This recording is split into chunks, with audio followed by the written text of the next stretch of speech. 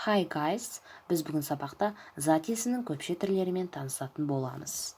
In English, plural nouns. Сонымен, зат есімнің көпше түрін жасауымыз үшін түбірге, яғни сөзге s жалғауын жалғаймыз. Міне көріп тұрмыз, s жалғауы. For example, a pen, бір қалам. Pens, қаламдар. Сонымен қатар, өткен сабақта өткен артикльдерге байланысты бір ережені қайталап кетейік, яғни артикль егерде сөз көпше түрде тұратын болса, онда мынау бізде алынып қалады, осы көпше түрде. Next, a pencil, қарындаш. Pencils, қарындаштар. Next example, chair, a chair, орындық. Chairs, орындықтар. A sofa, диван. Sofas, дивандар. Next. Егерде зат есім осы әріптерге аяқталатын болса, онда біз es жалғауын жалғаймыз. For example, bus, автобус, buses, автобустар. Next. A glass, стакан. Glasses, стакандар.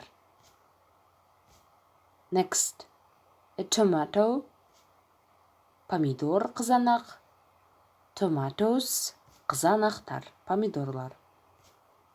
Next. A dish, ыдыс. Dishes, ыдыстар, немесе тарелкалар.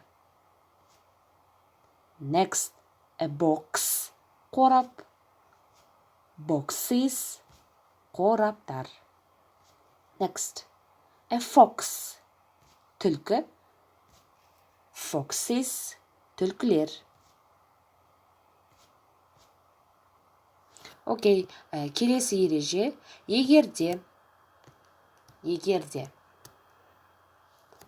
зат есім y әрпіне аяқталып, бірақ оның алдына дауыссыз әріп тұрса, онда біз s жалғауын жалғаймыз. Бірақ y әрпі мұндағы сөздегі, ол бізде мұнда көрсетілген I әрпіне аяқталады. Мысалы, a baby болады бізде бала. Babies, балалар. A family, отбасы, отбасылар, families. Next ереже, егерде зат есімдер бізде y әрпіне аяқталып, бірақ оның алдына дауысты әріп тұрса, онда бізде y әрпі ешқандай өзгеріссіз қалады. Тек қана s жалғауын жалғаймыз. Мұнда қараңыздар, мұнда y әрпінің алдында бізде дауысты o әрпі тұр. Сондықтан біз жай ғана s-ті қосамыз. For example, a boy, ұл, boys, ұлдар. Next. A toy, ойыншық. Toys, ойыншықтар. Next, келесі ереже, егерде зат есім жекеше түрде f немесе fi әріптеріне аяқталса, онда f әрпі v әрпіне өзгеріп, s жалғауы жалғанады. Мысалы, shelf, бұл бізде. And shelves. Knife, пышақ. Knives, пышақтар. Ал енді бізде кейбір зат есімдер бізде ешқандай ережеге бағынбай, яғни s жалғауын жалғамаймыз, бұл ережеге бағынбайтын зат есімдер. Біз бұл сөздерді жаттап алғанымыз дұрыс. For example, man, бұл бізде ер адам, немесе адам. Man, ер адамдар. Woman, әйел адам. Woman, әйел адамдар. Next, child. Child, бұл бізде бала. Ал бізде children, балалар. Next, tooth, тіс. Teeth, тістер. Foot, аяқ. Feet, аяқтар. Mouse, тышқан. Mice, тышқандар. Next. Goose. Қаз. Geese. Қаздар.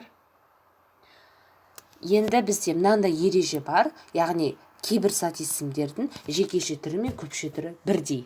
Мысалы, қой, sheep, a sheep, sheep, қойлар. A fish, fish, балық, балықтар. Сонымен қатар біз білеміз, зат есімдер бізде екі түрге бөлінеді, countable and uncountable, саналатын, саналмайтын. Яғни біз саналатын зат есімдерге yes жалғауын жалғай аламыз. Мысалы, apples, eggs, oranges, cats, tomatoes, hamburgers, sandwiches, lemons. Бұларға біз s жалғауын қоса аламыз.